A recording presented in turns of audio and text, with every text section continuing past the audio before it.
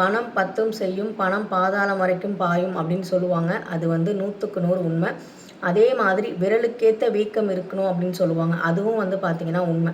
நம்மளை வந்து நிறைய பேர் வந்து செலவு பண்ணுறதுக்கு தூண்டுறதுக்கு ஆட்கள் அதிகமாக இருப்பாங்க. ஆனால் சேமிக்கிறதுக்கு அதுக்கான வழி சொல்கிறதுக்கும் எப்படி வந்து நான் வந்து நகை சேர்த்தேன், எப்படி வந்து நான் பணம் சேமிக்கிறேன்னு சொல்கிறதுக்கான ஆட்கள் நமக்கு பக்கத்தில் ரொம்ப ரொம்ப கம்மியாக தான் இருப்பாங்க. ஆனால் அவங்க விஷயத்தில் கரெக்டாக இருப்பாங்க, சேமிச்சுக்கிட்டே இருப்பாங்க. நம்மளை மட்டும் நம்மளோட அறியாமையும் நம்மளோட இயலாமையும் பயன்படுத்தி நம்மளை வந்து சில பொருட்களை வாங்க வைப்பாங்க. சில பொருட்களை வந்து தேவையில்லாத செலவுகளை நமக்கு வந்து இழுத்து விடுவாங்க. அதையும் வந்து இந்த வீடியோவில் நான் சொல்ல போகிறேன். சேமிக்கிறதுக்கு வந்து பார்த்திங்கன்னா பணம் மட்டும் இல்லை, ஒரு நல்ல குணமும் வந்து தேவை. அது எப்போ அப்படி வரும் அப்படிங்கிறது நான் சொல்லிடுறேன். ஸோ அதுக்கு ஒரு முக்கியமான ஒரு விஷயம் வந்து தேவை. சேமிப்பு பண்ணணும் அப்படின்னா அது இருந்தால் மட்டும்தான் நம்மளால் சேமிக்க முடியும். அது என்னங்கிறதையும் நான் வீடியோ ஃபுல்லாக பாருங்கள், கண்டிப்பாக சொல்கிறேன். ஸோ நம்ம சப்ஸ்கிரைபர் சகோதரிகள் நிறைய பேர் வந்து பார்த்திங்கன்னா சேமித்து அதனால் வந்து பயனடைஞ்சு நிறைய கமெண்ட் சொல்லும்போது, எப்படி வந்து சிறுவாபுரி முருகன் பதிகம் பதித்து நான் வந்து லேண்டு வாங்கினேன், நான் வந்து வீடு கட்ட ஆரம்பிச்சிருக்கேன்னு சொல்லி எனக்கு ஒரு சந்தோஷத்தை கொடுத்தாங்களோ, அதே மாதிரி இந்த சேமிப்பு வீடியோ போடும்போது எனக்கு அவ்வளோ சந்தோஷமாக இருக்கும். ஏன்னா நம்ம பூஜை வீடியோ பண்ணும்போது கூட ஒரு சிலரால் அந்த பூஜையை வந்து பண்ண முடியாமல் இருக்கலாம். ஆனால் சேமிப்பு அப்படிங்கிறது எல்லாராலையும் பண்ண முடியும். நம்ம எப்படி வந்து கஷ்டப்பட்டு ஜீரோலேருந்து வாழ்க்கையை ஆரம்பித்தாலும் இன்றைக்கி ஓரளவு வந்து நம்மக்கிட்ட ஒரு நமக்கு தேவையான அளவுக்கு பணமோ இல்லை நகையோ இருக்குது அப்படின்னா அதுக்கு வந்து பார்த்திங்கன்னா முக்கியமான காரணம் நம்முடைய சேமிப்பு பழக்கம் தான். அதுக்கு இன்னொரு குணமும் ரொம்ப ரொம்ப முக்கியமாக இருந்திருக்கு எனக்கு. அந்த குணத்தையும் உங்ககிட்ட நான் ஷேர் பண்ணுறேன். அதுக்கு முன்னாடி இந்த மேஜிக் பாக்ஸ், இது பண்ண மேஜிக் வந்து நிறைய இருக்குது. நான் நிறைய இதை பற்றி நான் சொல்லியிருக்கேன். இது சாதாரண ஸ்நாக்ஸ் பாக்ஸ் தான். ஆனால் வந்து பார்த்திங்கன்னா இது எனக்கு நிறைய மேஜிக் பண்ணியிருக்கு. இந்த மேஜிக் பாக்ஸில் நான் சுக்கிர ஹோரையில் பணத்தை வந்து எடுத்து வைக்க அதில் மூலமாக வந்து பணத்தை ஒரு குறிப்பிட்ட அமௌண்ட்டை நல்ல வழியில் வந்து செலவு பண்ணுறதுக்கான வாய்ப்புகள் வந்து எனக்கு கிடச்சிது. இதில் வந்து நான் நிறைய பேருக்கு வந்து சீர் செஞ்சுருக்கேன், நிறைய நகை வந்து எடுத்து கொடுத்துருக்கேன், நானும் வந்து நகை வாங்கியிருக்கேன். எனக்கு ரொம்ப நாளாக இருந்த தங்க வளையல் வாங்கணுங்கிற அந்த ஆசையை நிறைவேற்றினதே இந்த மேஜிக் பாக்ஸ் தான். இதை பற்றி நான் டீட்டெயிலாக சொல்லியிருக்கேன். இதை வந்து உங்களுக்கு எண்டு ஸ்க்ரீனில் வீடியோ கொடுக்குறேன், அதையும் வந்து நீங்கள் செக் பண்ணி பார்த்துக்கோங்க. புதுசாக பார்க்குறவங்க, நம்ம வீடியோவை தொடர்ந்து பார்த்துக்கிட்டு இருக்கவங்க சப்ஸ்கிரைப் பண்ணாமல் இருக்கீங்கன்னா கண்டிப்பாக சப்ஸ்கிரைப் பண்ணிவிட்டு பாருங்கள்.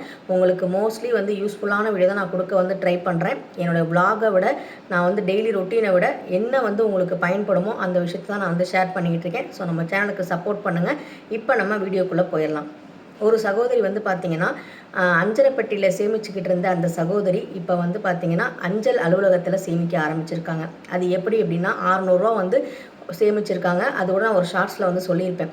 உங்கள் வீடியோ பார்த்தது மூலமாக நான் வந்து கஷ்டப்பட்டு இந்த மாதம் எப்படியோ வந்து 600 வந்து சேமித்தேன்.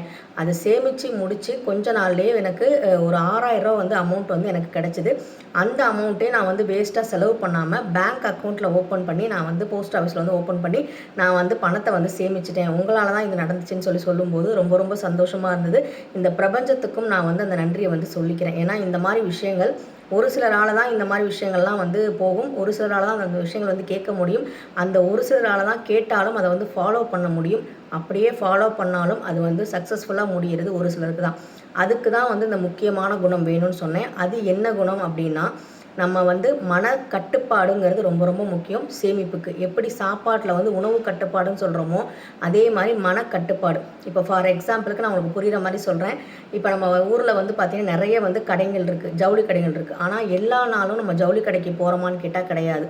ஆனால் இப்போ புதுசாக ஒரு கலாச்சாரம் வந்திருக்கு இல்லையா, எக்ஸ்போ அப்படின்னு சொல்கிற ஒரு கலாச்சாரம் வந்திருக்கு. அதில் வந்து பார்த்திங்கன்னா நிறைய செலிப்ரிட்டி வராங்க. நம்ம செலிப்ரிட்டியை பார்க்குறதுக்காகவாவது அங்கே போகணும்னு நம்ம போவோம். ஆனால் அங்கே போயிட்டு அவங்கள பார்த்துட்டு வர்றவங்கள மட்டும் இருக்காங்க. ஆனால் ஒரு சிலர் என்ன பண்ணுவாங்கன்னா, நம்மக்கிட்ட புடவை நிறையா இருக்கும். இப்போ என்னுடைய பீரோலே பார்த்தீங்கன்னா புடவை சுடிதாரு எல்லாமே வந்து இருக்குது. ஆனால் வந்து அதே வந்து என்னால் வந்து தினமும் வந்து நான் கட்டினா கூட ஒரு மாதத்துக்கு மீதி வந்து ஒரு புடவை இருக்கும் எக்ஸ்ட்ரா. 30 புடவைக்கு மேலேயே தான் இருக்கும். அடுத்த மாதம் வந்து நான் புதுசாக கட்டுற மாதிரி தான் புடவை வந்து இருக்க போகுது. ஸோ அந்த மாதிரி புடவை அந்த மாதிரி துணிமணியில் போய் நம்ம காசு போடுறதுக்கும் நம்ம வந்து நிறைய வந்து பூஜைக்கான பொருட்கள் இப்போ நிறைய பூஜை பண்ணுறாங்க. இப்போ வரலட்சுமி நோம்புலாம் வருதுன்னு வச்சுக்கோங்களேன். அதில் வந்து நிறைய வந்து நம்ம புதுசாக ரிட்டன் கிஃப்ட் கொடுக்கணுங்கிற மாதிரி ஒரு கலாச்சாரத்தை தூண்டி விடுறாங்க. ஸோ அந்த மாதிரிலாம் இருக்கும்போது தாம்பூலத்தையும் தாண்டி நம்மளும் இந்த மாதிரி கொடுத்தா தான் நமக்கு ஒரு மரியாதைன்னு சொல்லிட்டு அந்த மாதிரி விஷயங்களும் நம்ம வந்து பண்ண வேண்டியதாக இருக்குது. ஸோ இந்த மாதிரி வந்து ஆசையை தூண்டுற விஷயங்கள் நிறைய நடந்தாலும் எனக்குமே அந்த ஆசை வரும். ஆனாலும் நான் என்ன பண்ணுவேன்னா, நமக்கு வந்து அந்த ரிட்டர்ன் கிஃப்ட் வந்து குடுக்கறது நிறைய வந்து ஒரு 7 பேர் வராங்க அப்படின்னா, அந்த 7 பேர் 15 பேரா வரணும். இல்ல வந்து 21 பேரா வந்து அந்த தாம்பூலத்த வாங்கிக்கிட்டு நல்லா வந்து நம்ம வீட்ல சாப்பிட்டுட்டு நம்மள வந்து ஆசீர்வாதம் பண்ணணும்னு தான் நான் நெனச்சேன். ஸோ ரிட்டர்ன் கிஃப்ட் குடுக்கும்போது அதுக்கான பட்ஜெட் வரும்போது நம்ம ஒரு 10 பேர், 11 பேர், இல்ல 5 பேர், 7 பேருக்கு தான் குடுக்க முடியும். ரொம்ப காஸ்ட்லியா குடுக்கும்போது. அதுவே வந்து பார்த்தீங்கன்னா, ரொம்ப எளிமையான முறையில நம்ம வந்து தாம்பூலம் வச்சு குடுத்தாலும், நெறைய பேர் நம்ம வீட்டுக்கு வந்து அந்த தாம்பூலத்த வாங்கிட்டு ஆசீர்வாதம் பண்ணணும் அப்படின்னு தான் நெனச்சேன். அதே மாரி ஆடி மாச ஆஃபர்ல துணிமணி எடுக்கணும்னு எனக்கும் ஆசை இருக்கு. நானும் எடுக்கிறேன். எப்போ எடுக்கிறேன்? ஆடிப்பெருக்குக்கு மத்தவங்களுக்கு நான் குடுக்கறதுக்காக எடுக்கிறேன். அதே மாரி வரலட்சுமி நோம்புக்கு மத்தவங்களுக்கு நான் வஸ்திரம் வச்சு குடுக்குறது, ப்ளவுஸ் பிட் வச்சு குடுக்கறதுக்காக எடுக்கிறேனே தவிர, எனக்காக நான் எடுத்துக்கிறது கிடையாது. அது தேவையும் இல்ல அப்படிங்கிற அந்த மனக்கட்டுப்பாடு. ஏன்னா நமக்கு இந்த பூஜை ரொம்ப ரொம்ப முக்கியம். இந்த பூஜை பண்ணா நமக்கு சுபிக்ஷம் வரும் அப்படின்னு நான் மனசுல வந்து நெனச்சுட்டேன்.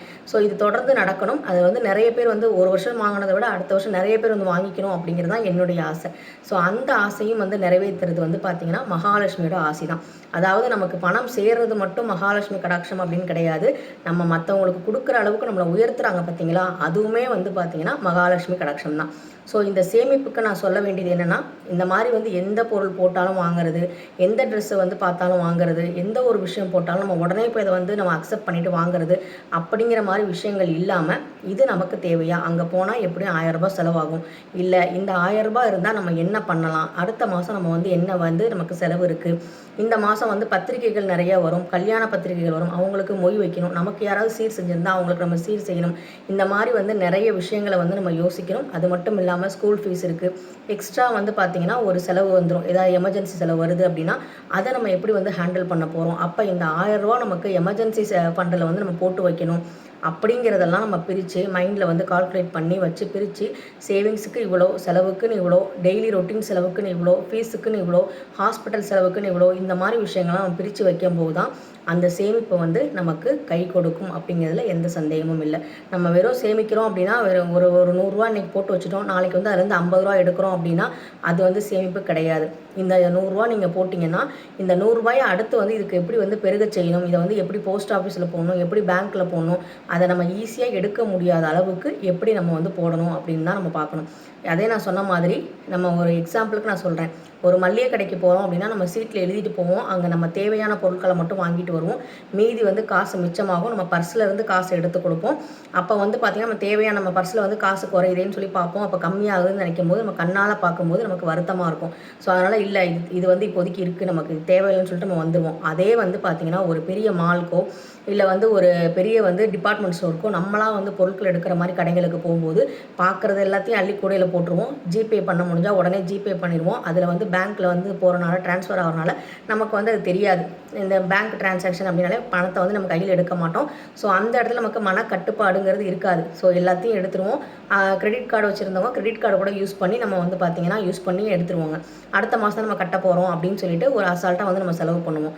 ஸோ இந்த மாதிரி மனக்கட்டுப்பாடு இல்ல அப்படின்னா, நம்மளால எந்த ஒரு விஷயத்தையும் சேவ் பண்ணவே முடியாது. ஸோ சேவிங்ஸுக்கு முக்கியமா வந்து பார்த்தீங்கன்னா, மனக்கட்டுப்பாடு ரொம்ப ரொம்ப அவசியம்.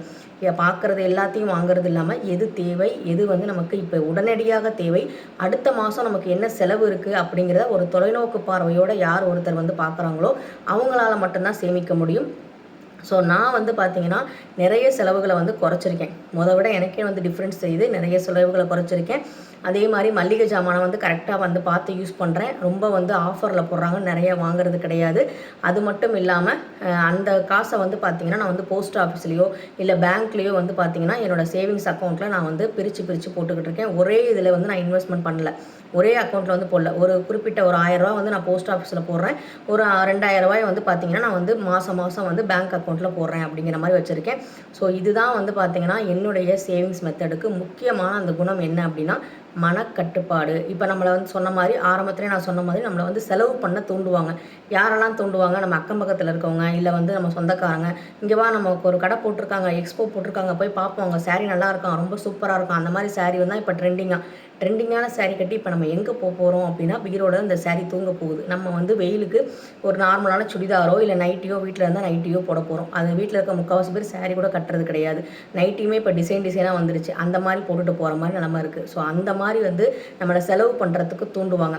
அதே மாதிரி சோஷியல் மீடியா ஓப்பன் பண்ணால் இது வந்து இவ்வளோ ஆஃபரில் இருக்குது, இது அவ்வளோ ஆஃபரில் இருக்குதுன்னு சொல்லுவாங்க. எது இருந்தாலும் உங்களுக்கு என்ன தேவை, இந்த பொருளை வச்சு உங்கள் வீட்டில் நீங்கள் என்ன பண்ண போகிறீங்க, அது நமக்கு இப்போ உடனடியாக அவசியமா அப்படிங்கிறத யோசிச்சிங்க அப்படின்னா கண்டிப்பாக நீங்கள் செலவு பண்ண மாட்டீங்க. உங்கள் சேமிப்போட அந்த எண்ணிக்கை வந்து ரூபாயோட எண்ணிக்கை வந்து அதிகரிக்கும். நான் காலையில் வந்து ஒரு ஷார்ட்ஸ் போட்டிருந்தேன். ஒரு 10 20 வச்சு வந்து நம்மளால் வந்து பெருசாக என்ன பண்ண முடியும் அப்படின்னு சொல்லி நான் வந்து கேட்டிருந்தேன். அது வந்து நிறைய பேர் வந்து லைக் பண்ணியிருந்தீங்க. ஸோ 10 20 அப்படியே ஒரு சாதாரண உடஞ்ச டப்பா தானே, இதை ஏன் சேர்த்து வச்சுக்கிட்டு அப்படின்னு நினச்சிங்கன்னா, அந்த உடஞ்ச டப்பா வச்சு வியாபாரம் பண்ணுறதுக்குன்னு ஒரு ஆட்கள் இருக்காங்க. அதை வச்சு அவங்க வந்து மூலதனமாக அதை வந்து தொழில் பண்ணுறவங்களும் இருக்காங்க. ஸோ அதை அவங்களுக்கு கொடுக்கும்போது நமக்கும் வந்து பண்டமாற்று முறையில் நமக்கும் வந்து பார்த்திங்கன்னா ஒரு பணம் வருது. அந்த 10 ரூபாய் இருந்தால் 20 ரூபாய் இருந்தால் இப்போ எங்கள் வீட்டுக்கு கூர்க்காவே வராரு, மாதத்துக்கு ஒரு தடவை வராரு. அப்போ எமர்ஜென்சியாக வந்து பார்த்திங்கன்னா எனக்கு வந்து அந்த கூர்க்காவுக்கு பணம் தரணும்னா அந்த பணத்தை கூட எடுத்து கொடுப்பேன். இல்லை ஒருத்தவங்க யாசகம் கேட்க வராங்க, அப்போ வந்து அந்த பணத்தை எடுத்து கொடுப்பேன். இதனால் எனக்கு புண்ணியமும் சேருது. ஸோ அந்த 10 20 வந்து நான் குப்பையில் போடுறதுனால எனக்கு எந்த பிரயோஜனமும் கிடையாது. அதை இன்னொருத்தவங்கள்ட்ட கொடுக்கும்போது அது வியாபாரமாக அவங்களுக்கு ஆகுது. அந்த வியாபாரத்தின் மூலமாக எனக்கு லாபமாக ஒரு 10 20 கிடைக்குது. அந்த 10 20 நான் யாருக்காவது வந்து தானமாவோ இல்லை யாசகம் கேட்குறவங்கள்ட்ட கொடுக்கும்போதோ அவங்களுக்கு வந்து பார்த்திங்கன்னா கொடுக்கும்போது எனக்கு புண்ணியம் சேருது. அவங்களுக்கு அந்த நேரத்தில் பசியாருது. ஸோ இவ்வளோ விஷயம் இருக்குது அந்த 10 ரூபாயில். ஸோ இதனால தான் வந்து பார்த்திங்கன்னா நான் எந்த பொருளையும் வந்து பார்த்து வந்து சேவ் பண்ணுறேன். சேவிங்ஸ் ஏன் இவ்வளோ முக்கியம்னு சொல்கிறதுக்கு மூல காரணமே இப்போ நிறைய செலவுகளை தூண்டுற மாதிரி விஷயங்கள் தான் நமக்கு வருது. ஒரு க்ரீம் எடுத்துக்கோங்க, ஒரு ட்ரெஸ் எடுத்துக்கோங்க, இந்த மாதிரி வந்து ஃபேஸுக்கு போடுறது, ஹேருக்கு போடுறதுன்னு நிறைய வந்துருச்சு. ஆனால் இதெல்லாம் போட்டு அவங்க ஹேரும் அவங்க ஹெல்த்தும் எப்படி இருக்குது, அவங்க ஃபேஸ் எப்படி இருக்குது நம்ம டெய்லியும் பார்த்துக்கிட்டு தான் இருக்கோம். பெருசாக ஒன்றும் மாற்றம் இல்லை. அப்படி தெரிஞ்சிருந்தும் நம்ம நம்பி ஏமாறுறோம் அப்படின்னா நம்மளுடைய அறிவு, நம்மளுடைய இயலாமையை வச்சு நிறைய பேர் வந்து மூலதனமாக பயன்படுத்தி அவங்க வந்து சேமிக்கிறாங்க. நம்மளை வந்து சோம்பேறி ஆக்குறாங்க, நம்மளை வந்து சேமிக்க விடாமல் தடுக்கிறாங்க. இதுதான் வந்து உங்ககிட்ட இன்றைக்கி நான் சொல்லணும்னு நினச்சேன். சேமிக்கிறதுக்கு முழுக்க முக்கிய காரணம் சுய கட்டுப்பாடு, மனக்கட்டுப்பாடு. இது இருந்தால் மட்டும்தான் நம்மளால் சேமிக்க முடியும். அப்படி தான் வந்து நான் சேமிச்சுக்கிட்டு இருக்கேன். ஸோ நீங்களும் வந்து உங்களுக்கு சேமிப்புக்கான பழக்கம், உங்களுக்கு என்ன பழக்கம் இருக்குது அப்படின்னு சொல்லுங்கள். அதே மாதிரி ஒரு ஸ்க்ரீன்ஷாட் வந்து ஆட் பண்ணுறேன் பாருங்கள். ஒரு சகோதரி நல்ல பிஸ்னஸ் பண்ணுறவங்க, அவங்க வந்து பார்த்திங்கன்னா அவ்வளோவா சேமித்ததே இல்லை. அவங்களுக்கு கைட் பண்ணவும் சரியான ஆள் இல்லை. நம்ம வீடியோவை பார்த்து அதுவும் மேஜிக் பாக்ஸில் அந்த சுக்கர ஹோரையில் பணத்தை எடுத்து வைக்க கரெக்டாக வந்து அவங்களுக்கு சேவிங்ஸ் இருக்குது. இப்போ வந்து நிறைய வந்து பார்த்திங்கன்னா எல்ஐசி போட்டிருக்கேன், போஸ்ட் ஆஃபீஸில் பணத்தை போடுறேன் அப்படின்னு சொல்லி ரொம்ப சந்தோஷமாக வந்து சொல்லியிருந்தாங்க. நான் சந்தோஷமாக இப்போ இருக்கிறதுக்கு முக்கிய காரணம் நீங்கள் தான் சொல்லியிருந்தாங்க. ஸோ அதுக்கு எல்லாத்துக்குமே இறைவனுக்கு தான் நன்றி சொல்லணும். ஸோ நான் எப்படி சேமித்தேன், நான் எப்படி வந்து நல்லபடியாக வந்து ஒரு குறிப்பிட்ட அமௌண்ட்டை வந்து மாதம் என் கையில் வச்சுருக்கேன் அப்படிங்கும்போது எனக்கு எவ்வளோ சந்தோஷமாக இருக்கும். அந்த சந்தோஷத்தை நீங்களும் வந்து அடையணுங்கிறதுக்காக தான் இந்த வீடியோ பதிவு. இது பிடிச்சிருந்தால் லைக் பண்ணுங்கள், உங்கள் வேல்யூபிளான கமெண்ட்டை சொல்லுங்கள். என்னோடய கருத்துக்கள் பிடிச்சிருந்தா எந்த கருத்து நல்லா இருக்குன்னு சொல்லி கமெண்ட்டில் கண்டிப்பாக சொல்லுங்கள். கூடவே ஹை பட்டனையும் கிளிக் பண்ணிக்கோங்க. சப்ஸ்கிரைப் பண்ணாமல் பார்க்குறவங்க சப்ஸ்கிரைப் பண்ணிக்கோங்க. நன்றி, வணக்கம்.